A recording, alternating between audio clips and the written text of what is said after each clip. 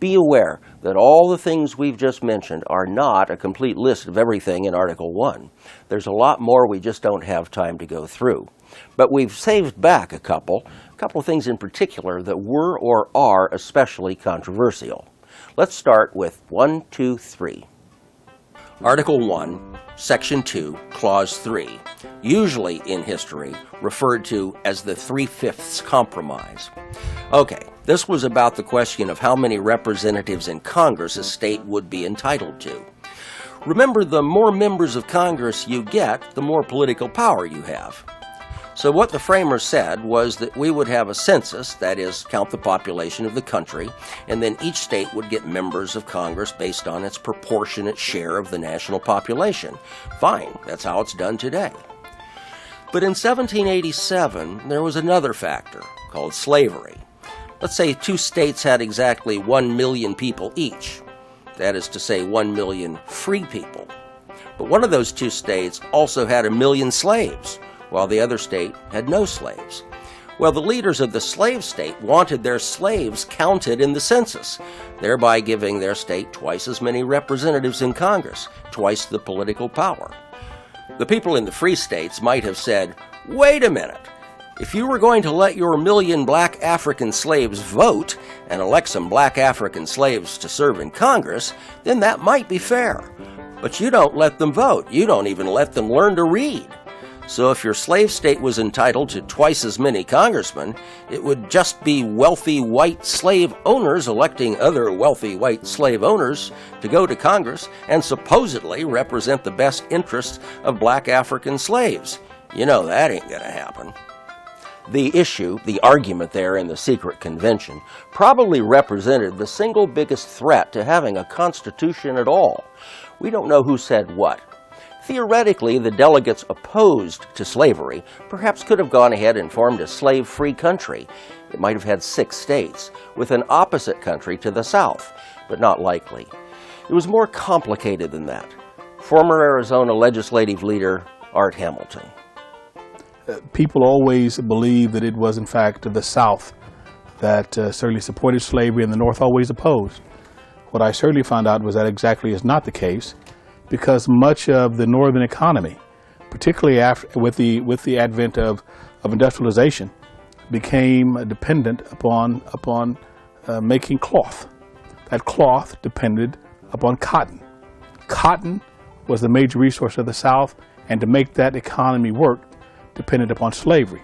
So an awful lot of people in the North decried slavery, but were perfectly content to let it exist in the South, because economically they benefited from it as well, though they would never admit that it brought any profit to them. In the end, the delegates agreed to count a slave as 3/5 of a person in the census.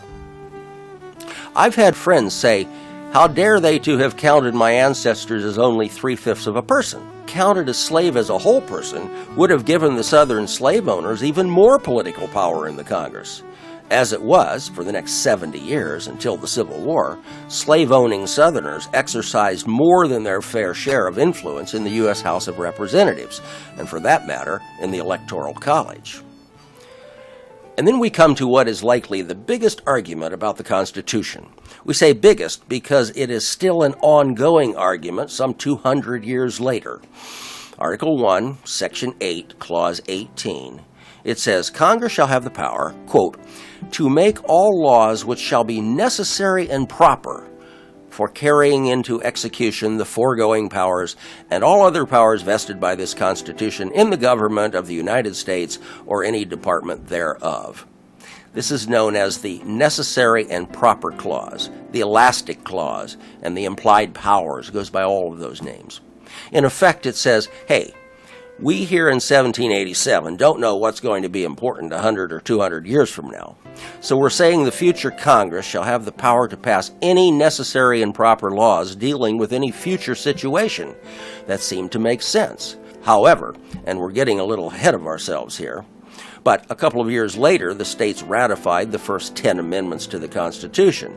The conflict lies with Amendment number 10, which basically says that any power in the Constitution that isn't specifically given to the federal government is automatically left to the power of the states. The other side says we, the federal Congress, can do anything that is necessary and proper to carry out the intent of the Constitution. It's like an argument over who's in charge here, the feds or the states.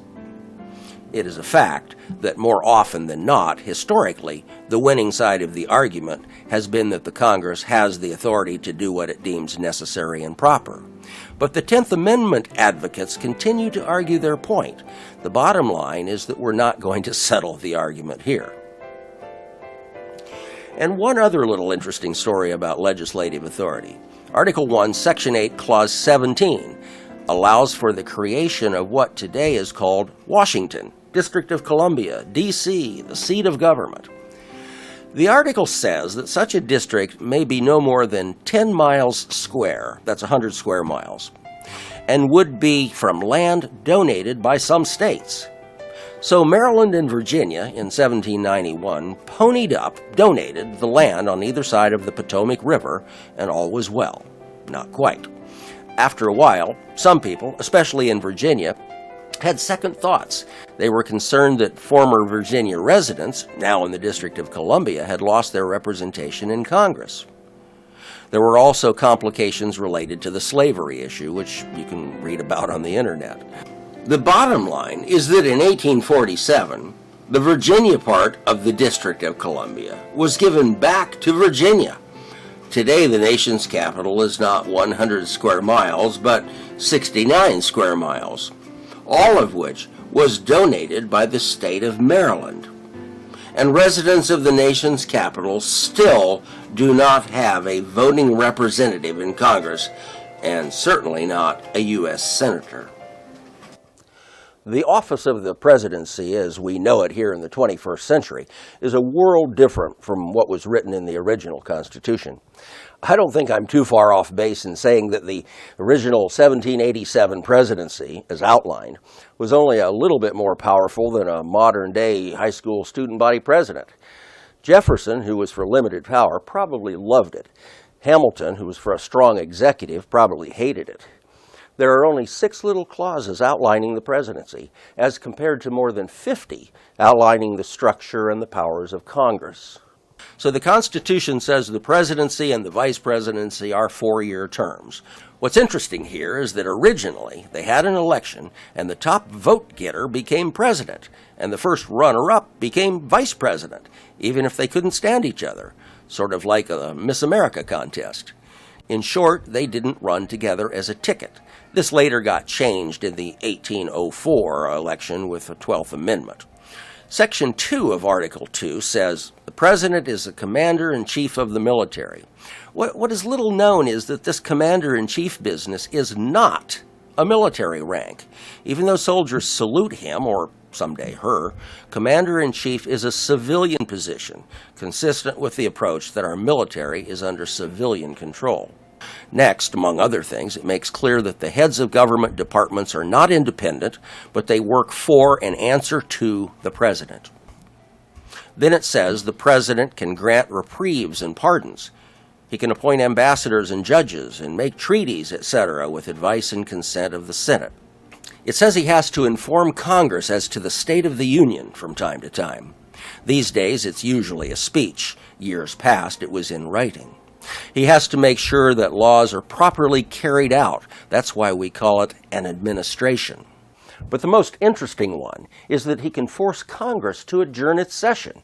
There may have been one, but I don't know of any historic situation where a president has done that. But the interesting fact is that originally the powers of the president, as written in the Constitution, were pretty puny. It has been the personalities of presidents and circumstances that they have faced which have transformed it into the powerful institution it's become.